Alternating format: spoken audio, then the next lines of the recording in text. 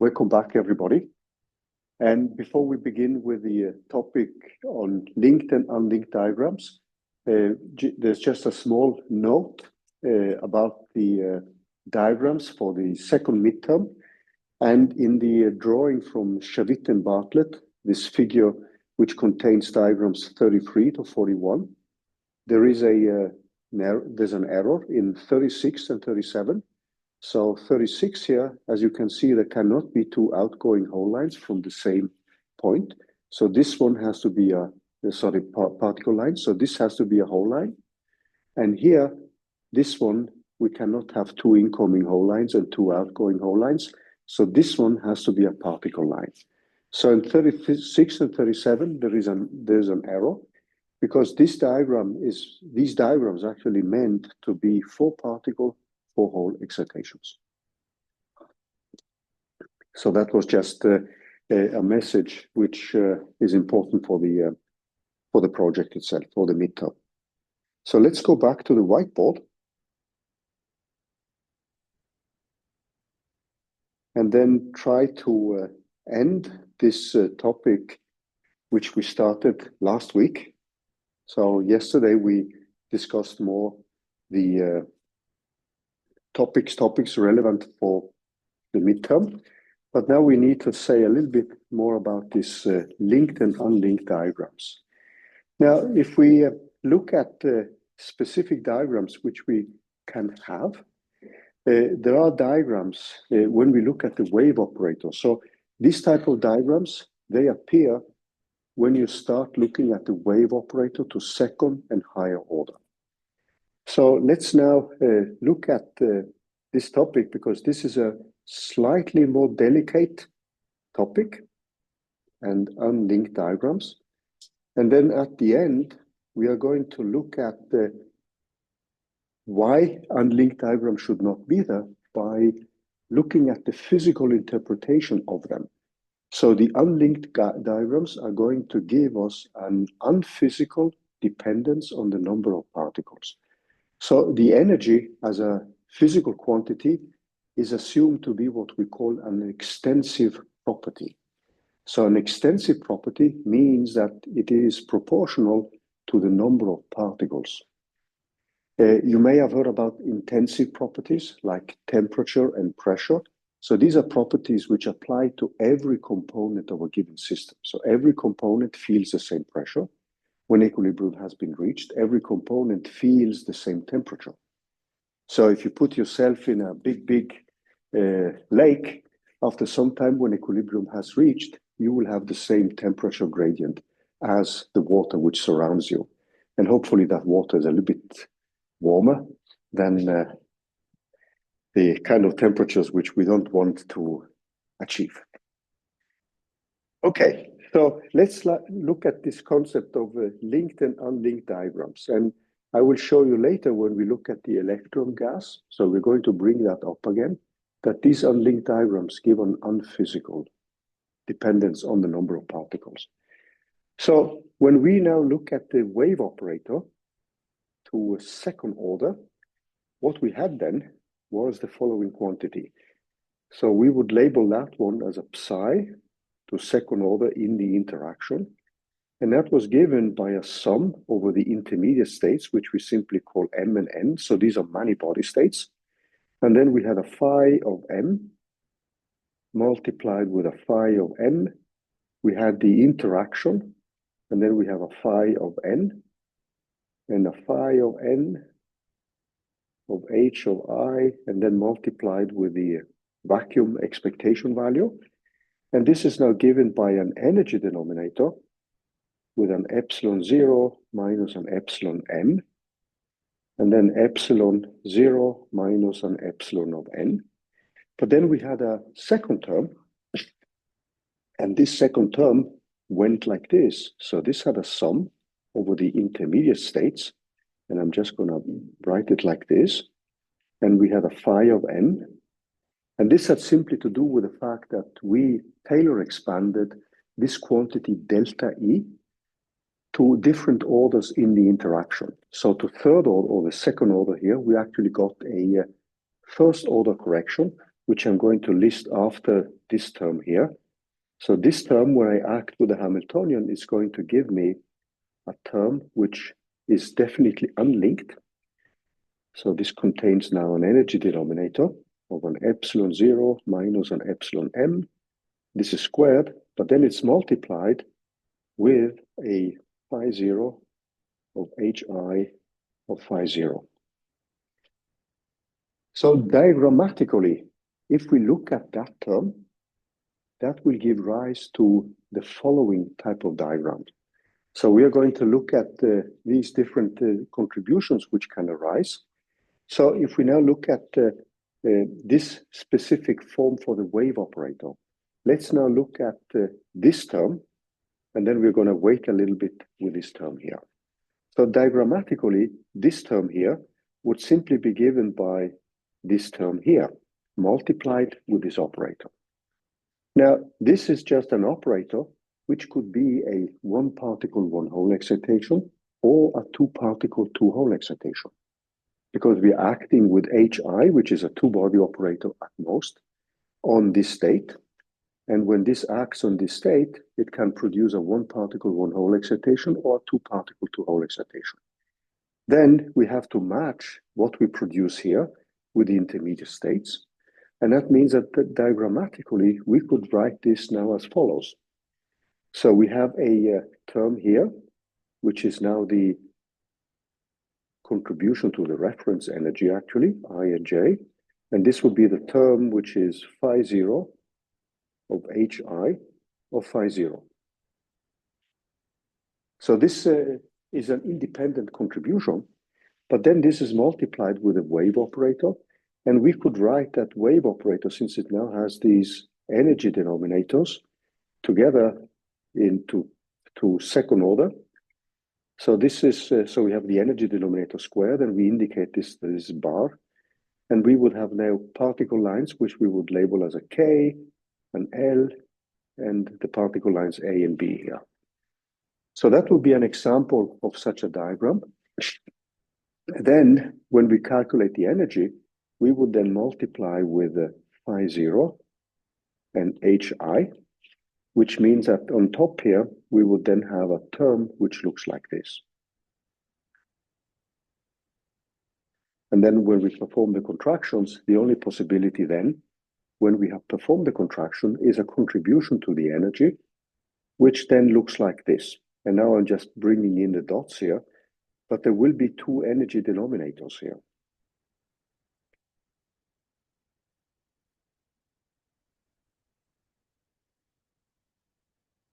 So I'm not putting labels on it, but this is what we call an example of an unlinked diagram.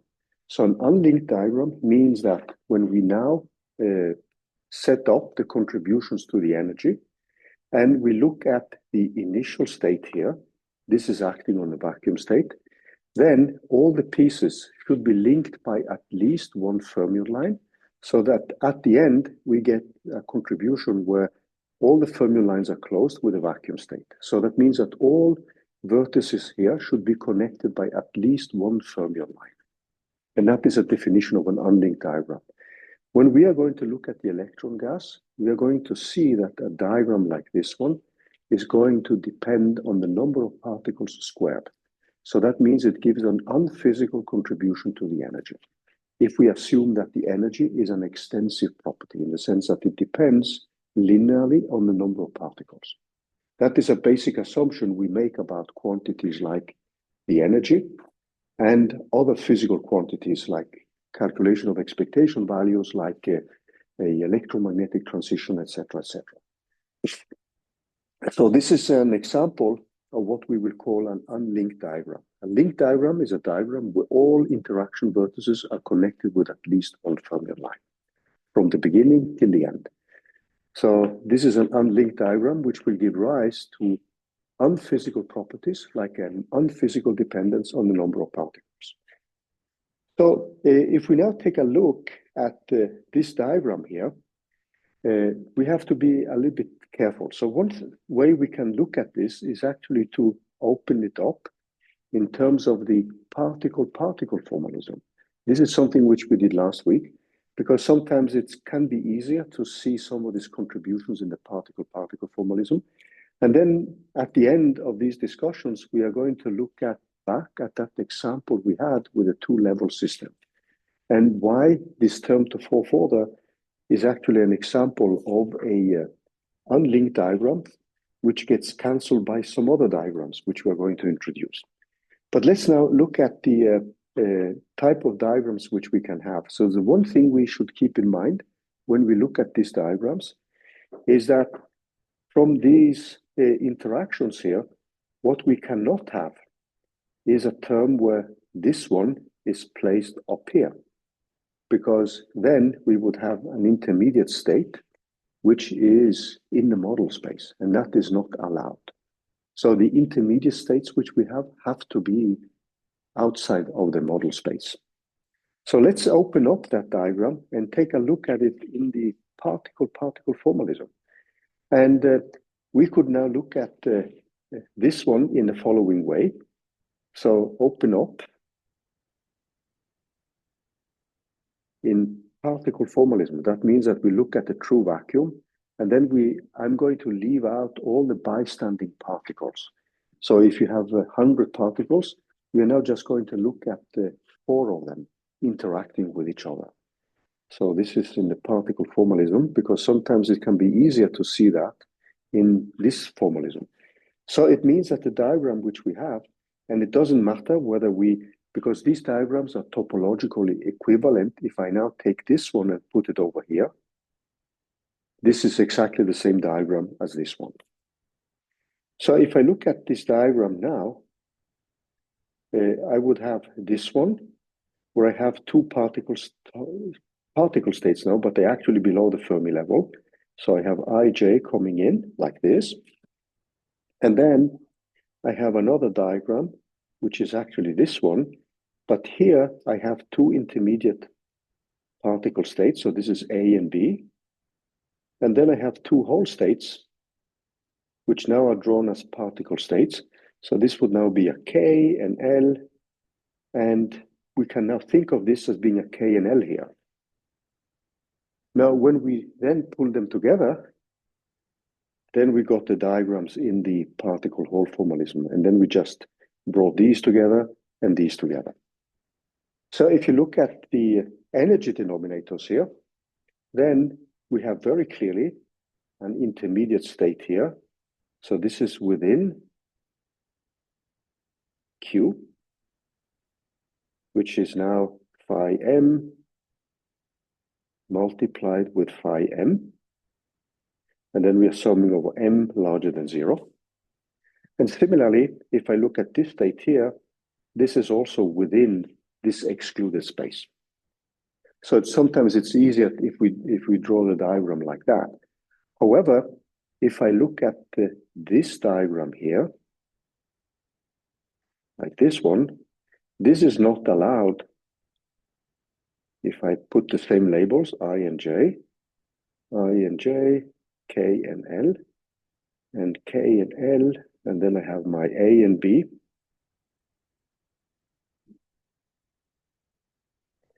Because now you see that the intermediate state here, these states which you see here are actually whole states, and they're actually contained in phi 0.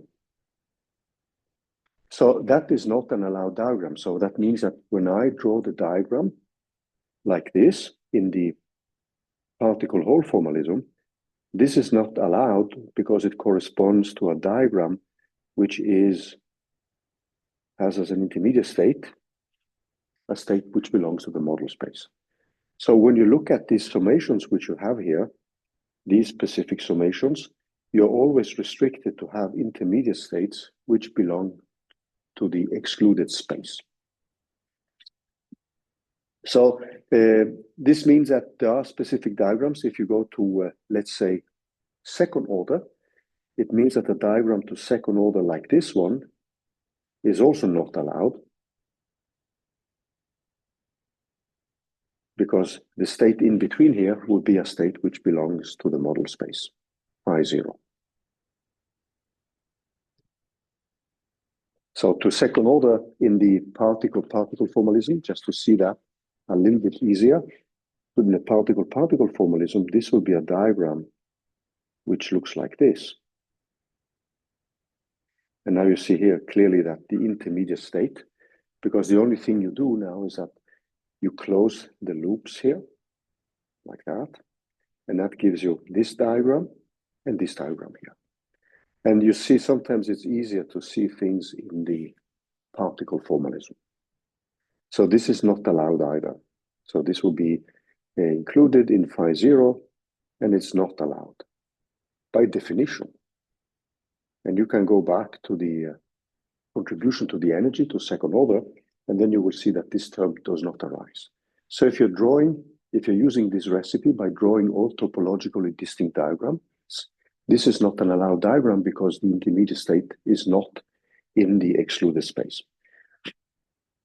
So the diagrams which we have examples of, all these diagrams here, they are so-called unlinked diagrams, because you see as well here that all the vertices, they should be connected with at least one fermion line.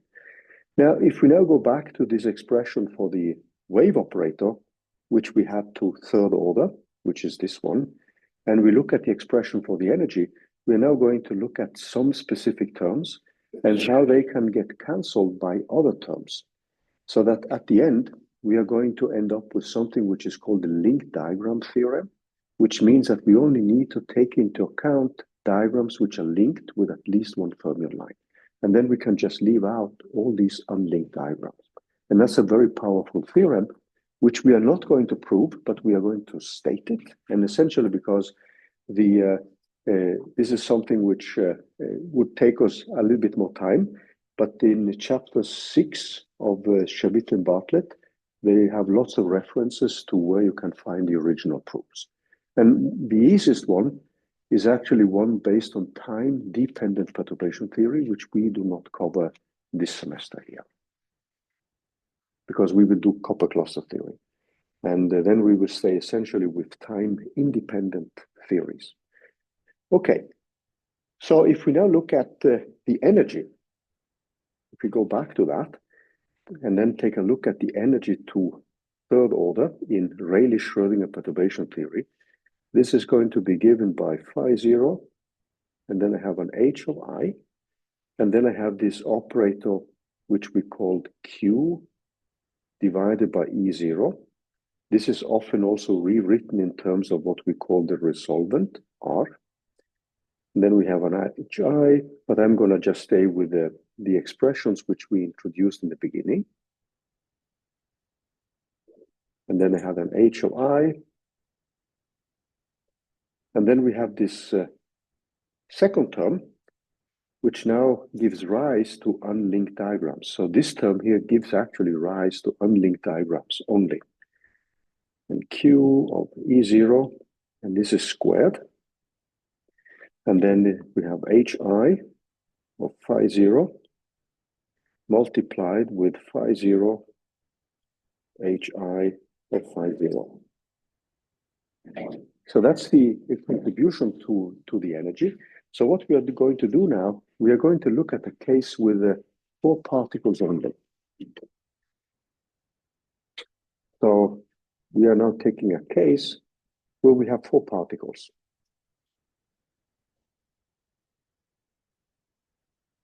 And we are going to look at this one in the particle formalism. So a typical unlinked diagram is the one which we looked at earlier. So let's take a closer look at this diagram here. So if I now write it down, I have a sum over, or I have a contribution of I and J. I could have different states below the vertex and above the vertex. But let's just look at this diagram here.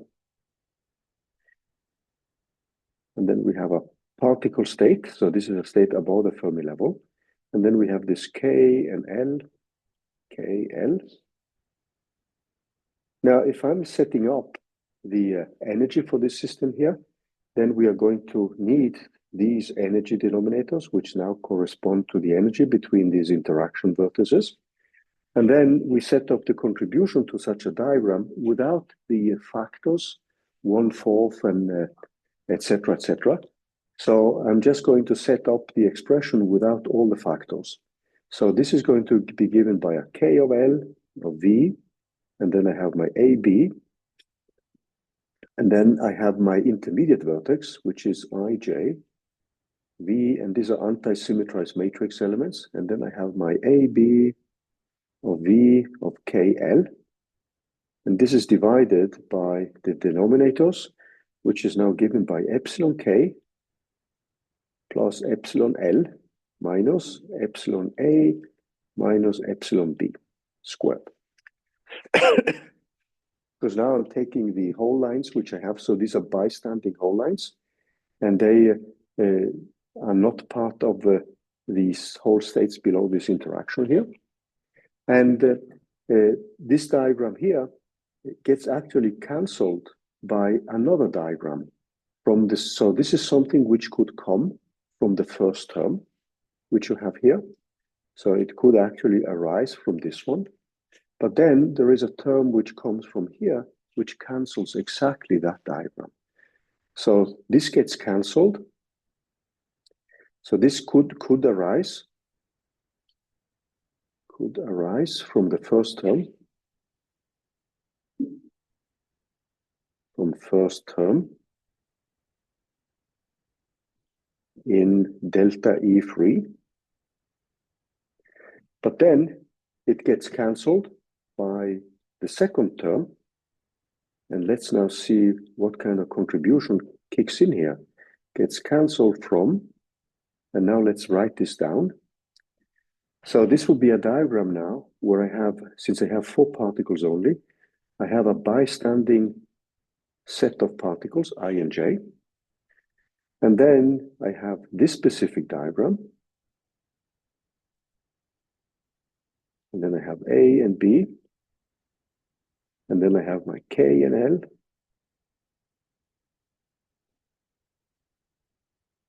And this is multiplied with, because now what we are doing here is to calculate 2 specific expectation values. So this is one expectation value with the 4 particles. And this is another expectation values of the 4 particles. And then since we have a 2-body interaction only, there are only 2 of these particle states now, which are affected by the interaction. So that means that I have to write this in terms of the bystanding lines, which do not contribute to the interaction. And what I get then would be something like this, where I now have this term, where I have an I and J. I could write it like this, IJ, and then I have my KL here, and then my I and J here. And now, since the bystanding lines are normally never included, I can actually rewrite this one in terms of these 2 terms, which is given by this one with I and J, as we wrote it here. This is the second term, multiplied with the term which we have here.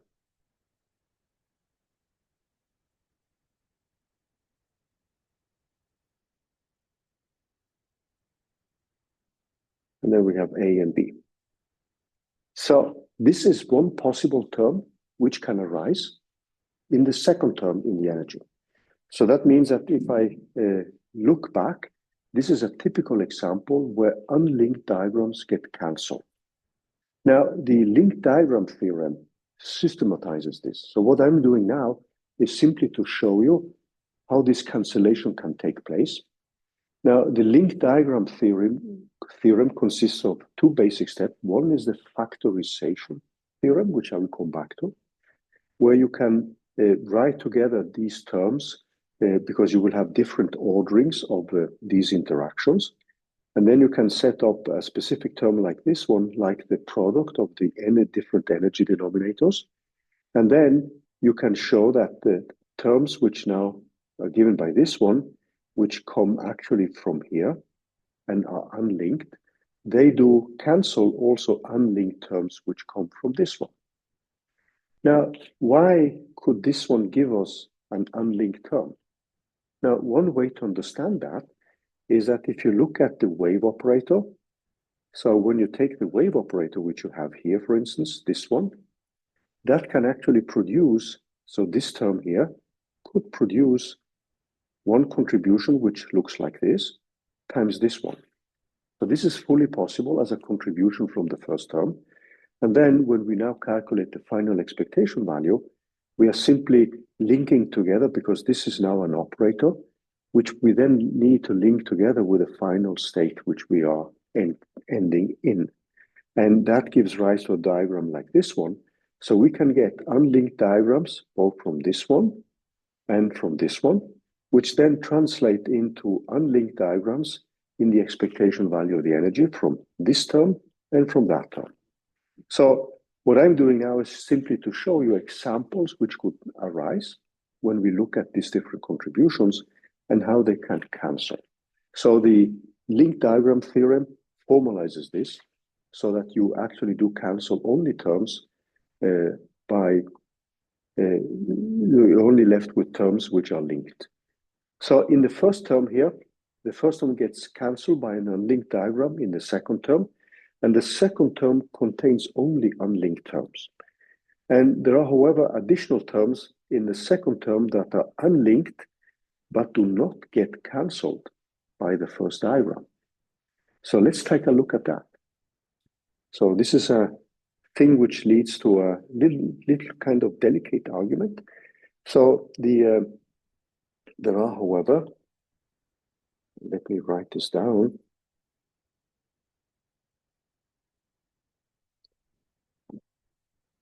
Terms, additional terms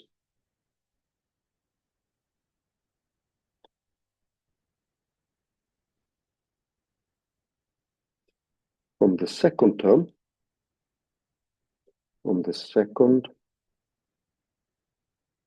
delta E free term or contribution that are unlinked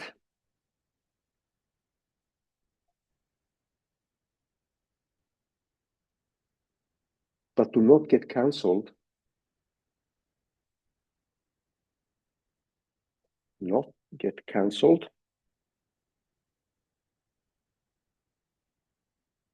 by the first term.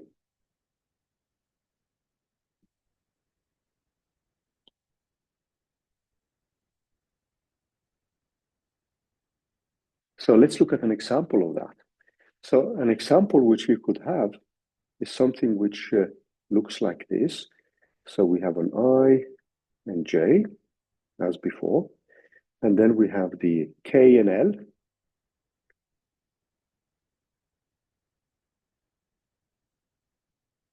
Term. So these are the two other guys which we've been looking at, K and L. And this is now multiplied by a similar term, because I could have I and J here, but now I have K and L here.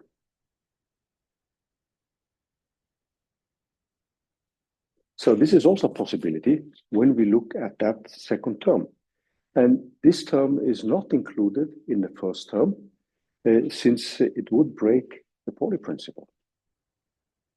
So when we are performing the summation in the first term here, then the Pauli principle is actually guaranteed by us. If we look at the wave operator, this contribution which you see here, they guarantee that the Pauli principle is obeyed, the way the wave operator set up. So it means that the second term, because that one is simply a product of different expectation values, one to first order and one to second order, it means that we could get this specific term, which you see here, this one, but then we could also get a term which looks like this one. That is fully possible, and that is not cancelled. And however, what is done then is actually that if you include together with this diagram, together with its exchange diagram in the first term, then you will find that the exchange term will actually cancel that specific term. So this term which you see here is something which translates into KL, and you see that this explicitly breaks the Pauli principle. These are two unlinked diagrams which pop up in that term and break the Pauli principle.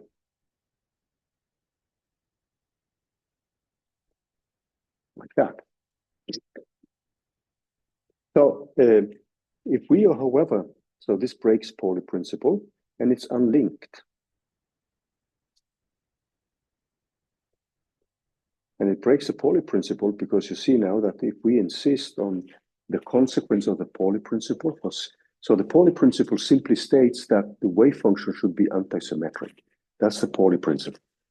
However, when we use a single particle basis, a consequence of the Pauli principle is that no more than one particle can occupy a single particle state. And then you see here that we have a state K being occupied and a state K being occupied. And that is a diagram final diagram which breaks the Pauli principle. This can, however, be cancelled in the first term if we now sum freely over all the intermediate states without thinking of the Pauli principle. So the linked diagram theorem is actually a theorem where you only include linked diagrams, but you also have Pauli principle violating diagrams. So if we, however, if we include this diagram together with this exchange diagram, which is the same as adding 0, which you will see quickly now. If we include this diagram with its exchange diagram,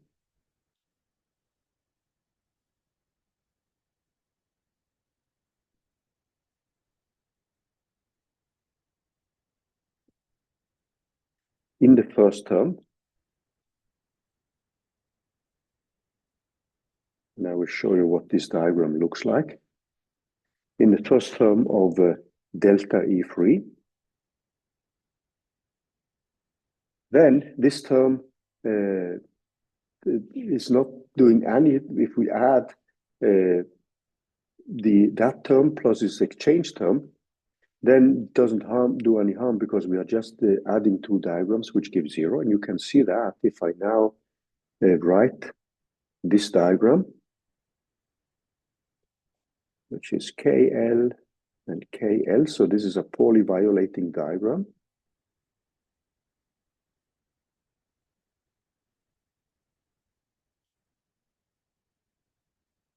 AB.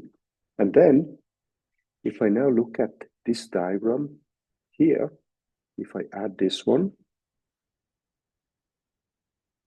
this is also a Pauli violating diagram, but it's going to be a linked diagram.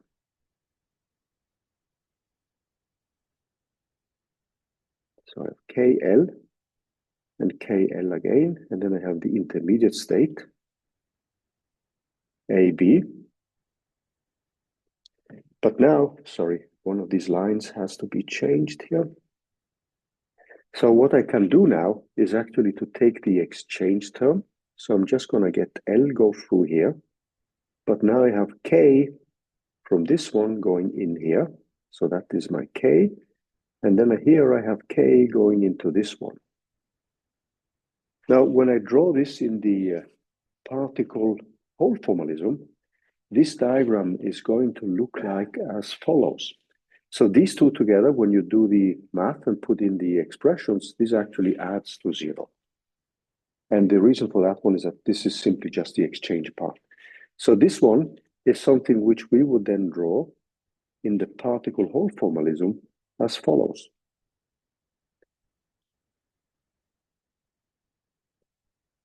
So I have the two particle states, A and B. I have a whole state L, which is this line which I bring together. And then I can always, if you look at this term here, this is something which I can always twist because we know that an interaction piece of KL V KL is equal to LK V LK. So when I have this term here, and then I draw it like this, I have the whole line. So this comes in, and I have an L, K, and L. This diagram here is actually the same as us, simply twisting it. And then we would have L here, and then we would have the whole line K, and this one coming in here, simply because we have this specific symmetry of the interaction. And that means I can interchange the vertices, and then I have an L here, a whole line, and then here I have to have the states K and K, like this. This is a diagram which breaks the Pauli principle, simply because L is the same here and the same here. However, this diagram, when you do all the algebra here, is going to cancel the equivalent which you see here, which is given by this one, and then multiplied with this diagram here. Sorry, not a double line.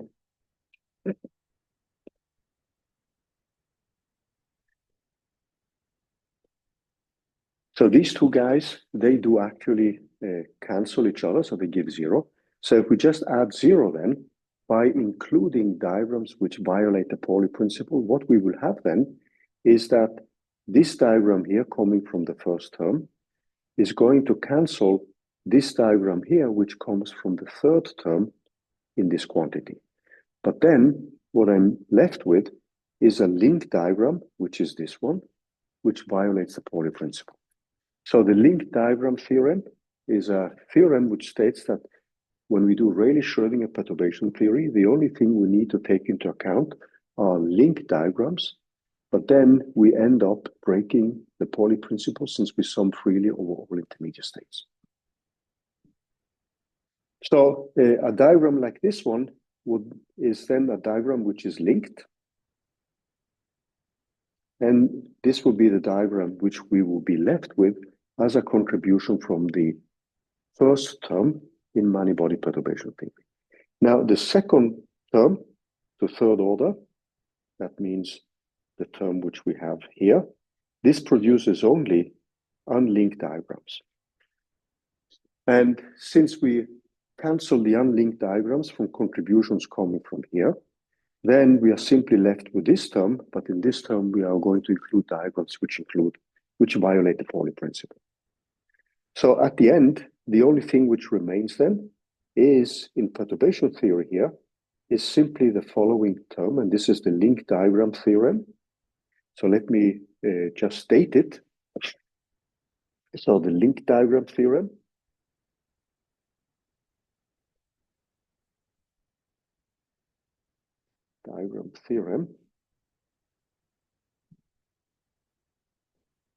and there is a quasi-proof for it.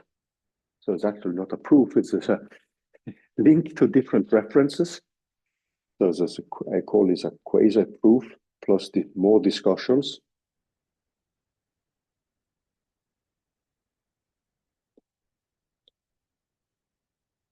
In Hjorth and Bartlett, and this is chapter Hjorth and Bartlett.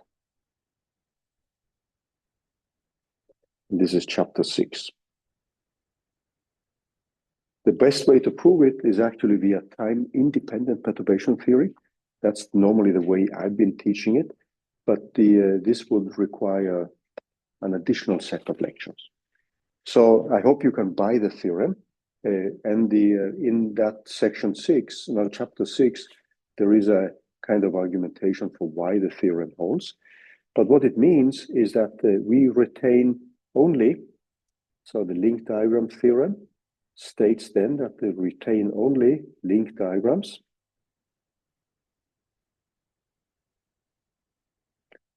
linked diagrams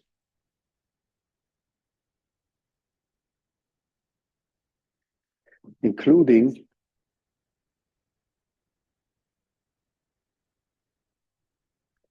those that break the Pauli principle.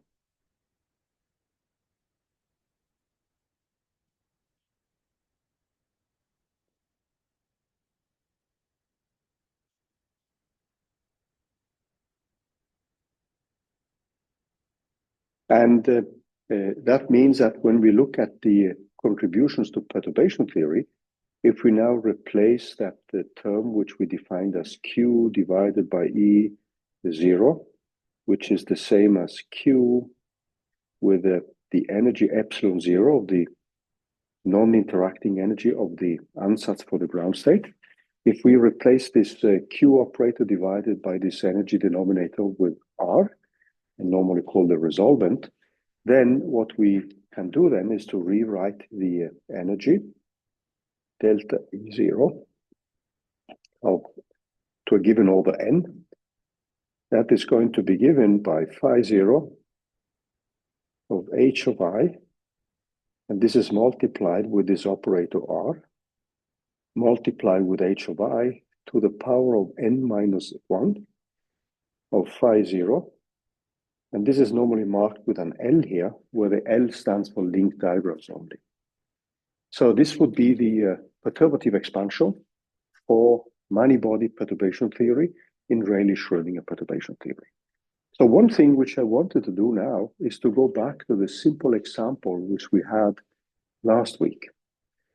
Because there we found that to third order, we had 0 contributions due to the specific case we looked at.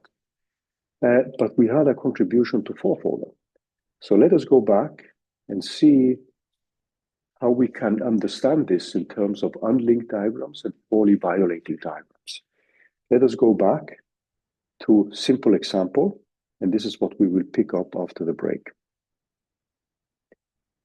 And this simple example is an example where we had a two-level system. So we had the final energy, E1 and E2. We had an H0, which acted on a phi 1, which gives us a non-interacting energy epsilon 1 multiplied with phi 1. And then we had H0 with this state. So this was phi 1 and phi 2 here, which was given by an epsilon 2 over phi 2. And then we had a Hamiltonian matrix, which led to a characteristic polynomial of us finding the roots of this equation here, epsilon 1 minus lambda, now minus E1, sorry, this is the way we labeled it. That is the energy we want. We had an epsilon 2 minus E2, and then we had a parameter lambda here. And we want this one to be equal to 0. So that was the characteristic polynomial to whose roots we want to find the solution of.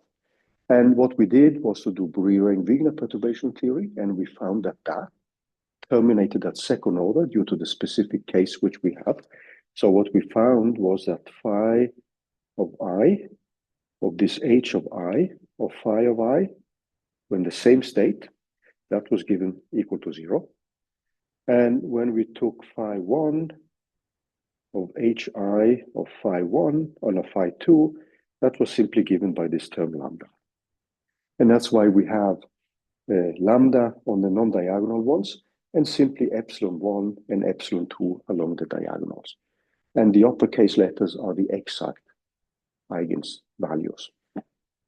So what we found then was that we had a contribution to second order in Rayleigh-Schrödinger perturbation theory, and we got one to fourth order. So we're going to look at this case after the break, and then thereafter, we are going to look at the physical interpretation of unlinked diagrams using the electron gas, so that we can see that unlinked diagrams give an unphysical property. That's another reason why we should not keep them. But let's use this simple example here to illustrate what happens to fourth order with the different terms we have in many-body perturbation theory at the Rayleigh-Schrödinger level. Okay, we should also find some time to discuss the midterm if you... Okay, so the simple example which we've looked at is a case which allows us to find analytical solutions to the problem. To fourth order interaction, we have the following formal expansion in Rayleigh up again. And I'm going to put a 1 here because we're looking at the contribution to the first state. And write this in a more compact way. So we have this HI. So I'm not putting in my one state, which I'm just skipping, just for the sake of convenience. And then I rewrite in terms of the resolvent. And then we had an HI, and then we had again this resolvent. We had an HI of I. So that was the first term. And that's the one which gives rise to linked diagrams only. Where we have an H of I, and then we have this R, and then we got the expectation value squeezed in here. So this is an unlinked contribution. We have R, and then we would have a new term, H. So this is another fourfold term. We have, when we now, this follows from expand this delta E term in terms of different powers of H of I. So an HI of R. I'm trying to keep the hats on everything here. But if I forget it here, and then I have an R of I, then there's a term which goes like a plus, and then we have H value. And now we have actually two unlinked first order terms multiply with R and HI. There's a contribution different from zero. Is the one which now contains a second order term. So this is R of H of I. So this was the expression which we used in order to find the we plugged in this simple model, specifical given by the following expression. We had a minus, and then we got a phi1 of HI multiplied with phi2, and then we had 1. And that is a second order term, which would come from this one.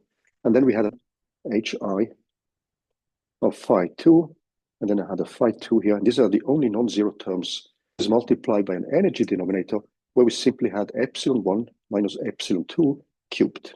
Yeah, so the integrals simply given by this parameter lambda. So this gave us by minus lambda to the power of 4 divided by epsilon1 minus epsilon2 cubed rises from the last term. So all the other terms gave us 0. So let's try to look at the analysis.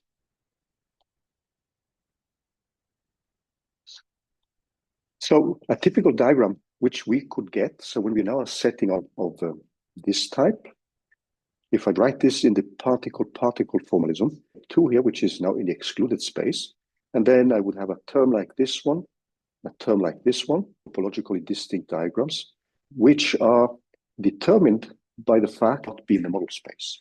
That is an important aspect of this. And these we have 1, 2, and 1 here, and we have 2, 1, this is 1 and 1, and 1 here, diagrams, and also we break the Pauli principle, as you can see. Now, one way, specific contribution now, what we could do is now to bring back these linked and unlinked diagrams, which also break the Pauli principle, which give us 0 for the break. If I now add and subtract, so what I could do now is to take, so I could take and add this one. So let me try to draw them correctly here. 2, and then I have this diagram, and then I simply take the exchange here, like this. Select the same diagram.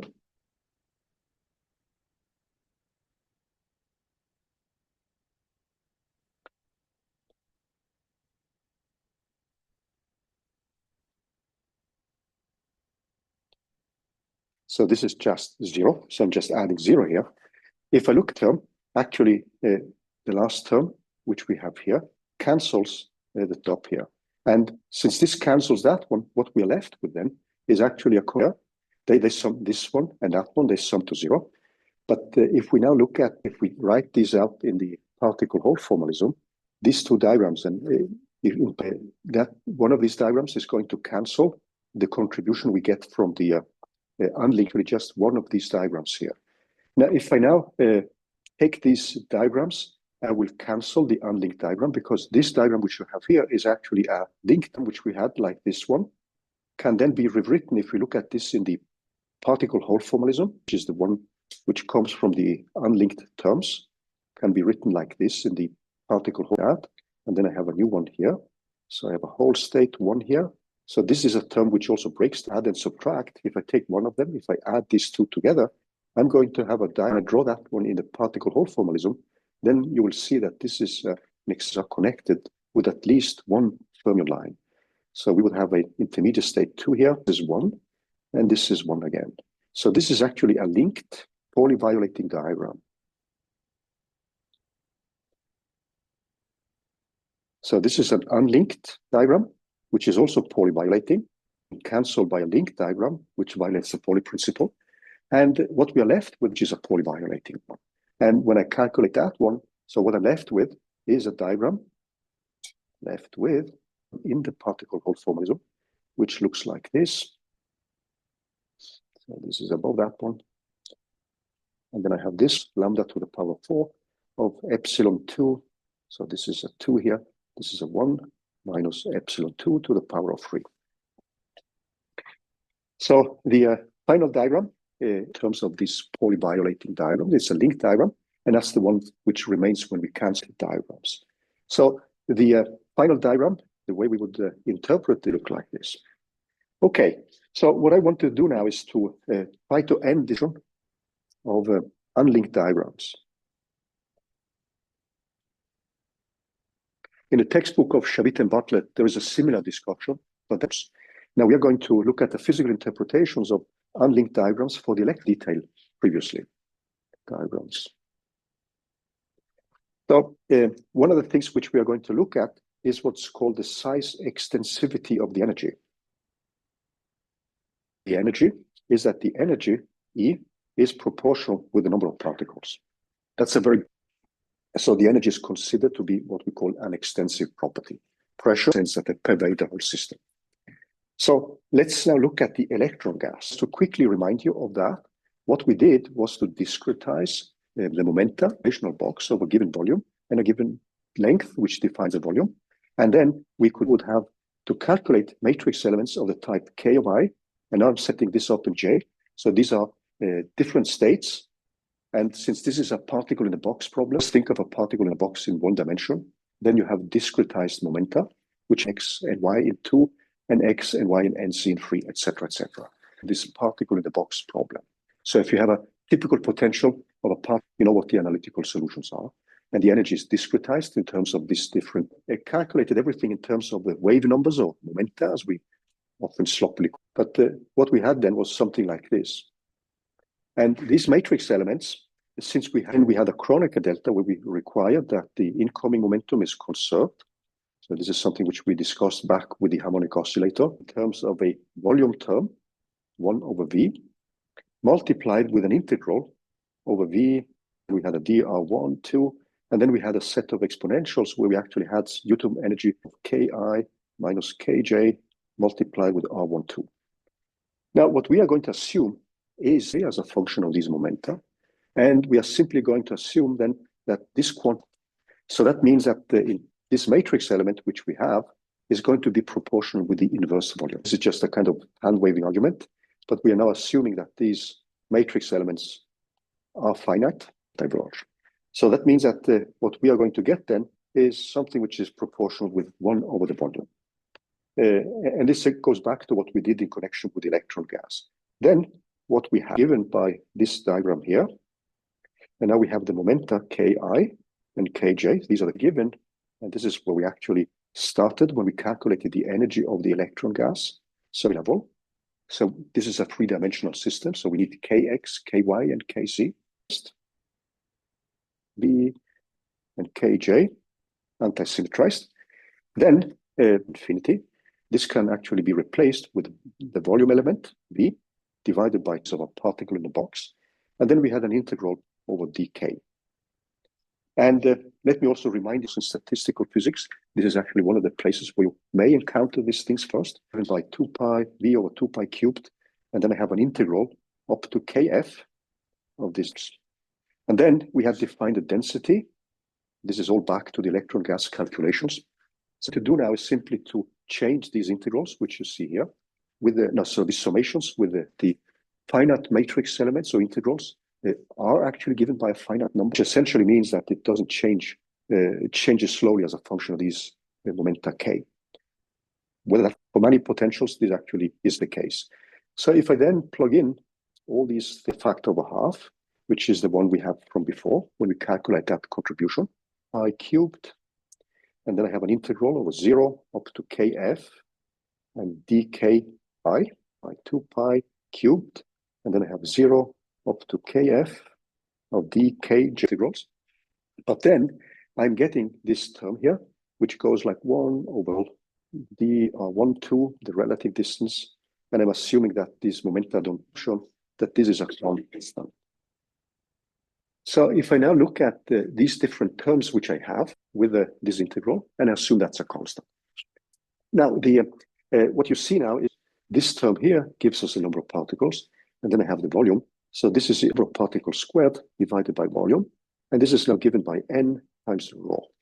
And we know that the number of particles can go to infinity, the volume goes actually to infinity, but then the density says what we expect. It is size extensive. It depends on the number of particles time increase. So this has the physical behavior which we wanted to have. So let's look at the second order term is okay. Then we can now switch to the one other thing which you will notice is that what is pretty common to do is to display the energy P proportional with the density. Okay, so let's be a little bit more ambitious now and look at the second order arguments for why we can simplify the integrals. So to second order, what we had is the one particle, one whole diagram does not contribute due to momentum conservation. The only term which applies to second order is this one. And here we have the states I and j. And then we translate this into momenta. What this is to have a summation over the momenta ki, kj below the Fermi surface.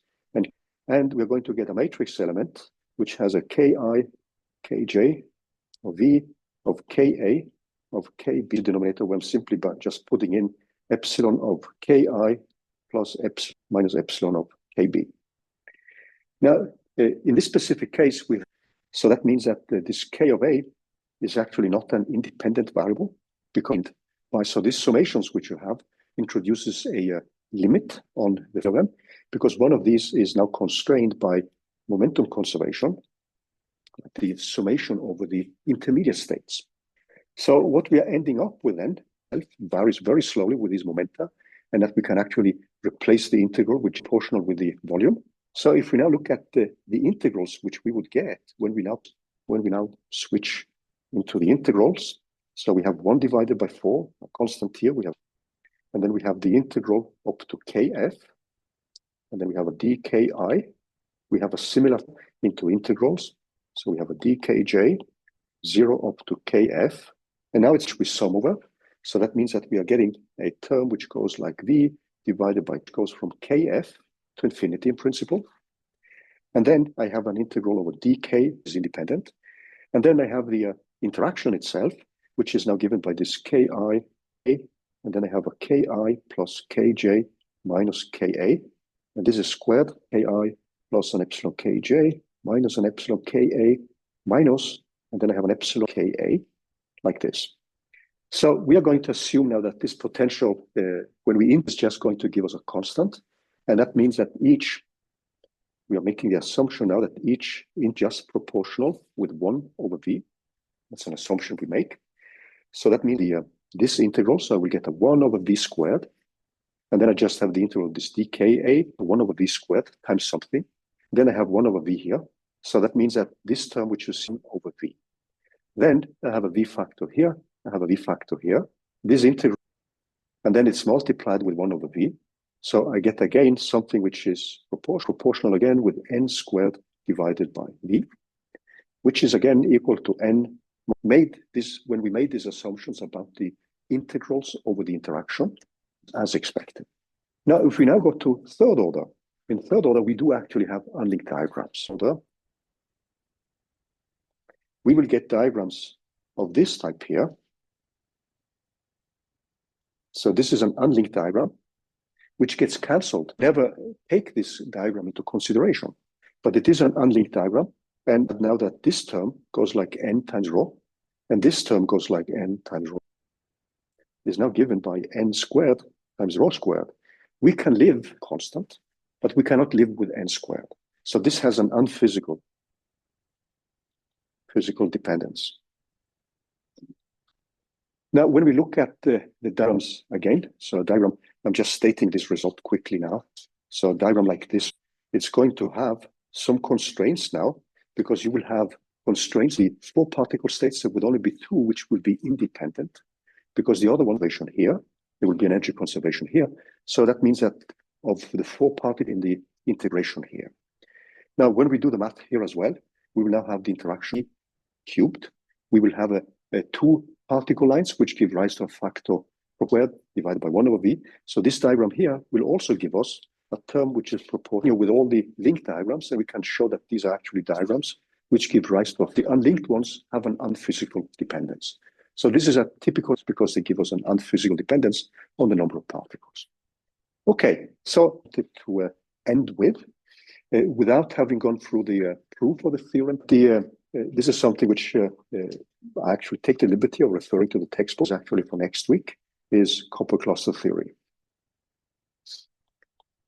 And then we are going to look at what we say before we end today, is that copper cluster theory is going to calculate the overlap between 0 particle hole, 0 holes with the Hamiltonian with 1.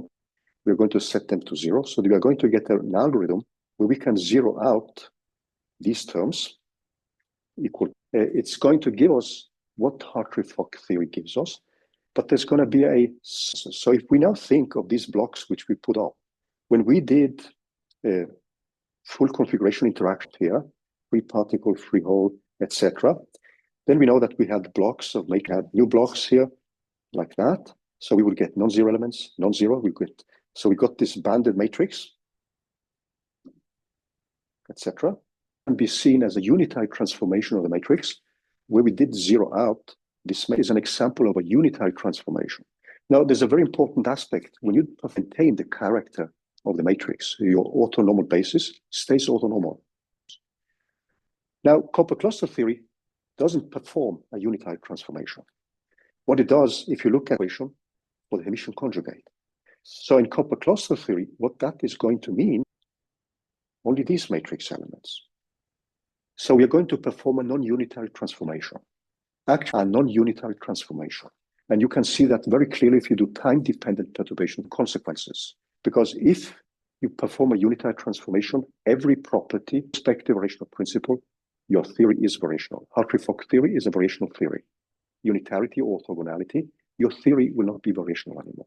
And copper cluster theory for finding these amplitudes, because this is actually given by it gives us the overlap. Cluster theory is going to be a theory which will give us a practical recipe in quantum chemistry for calculating chemical properties, but it is non-variational. And some of you have seen that now in the second midterm, that the energy can be below the minimum deficiency of perturbation theory, because in principle, it is a non-unitary transformation of your ground state. Practical recipe. And you can actually add more terms which bring in these elements of the variation. Many-body perturbation theory gives us one specific recipe for finding the ground state expectation. And the way we are going to look at it, which targets the ground state. If you want excited states, FCI is the supreme theory if you can diagonalize. But normally your space diagonalize a Hamiltonian matrix. So different methods have their pros and cons. We have done many-body perturbation theory, which is simply just a Taylor expansion to a similar way, which we did in Hartree-Fock theory. But now the transformations will be non-unitary. That's the mathematical algorithm which lies behind it. So next week, and until they're going to be the thing which we will deal with. So that was just a kind of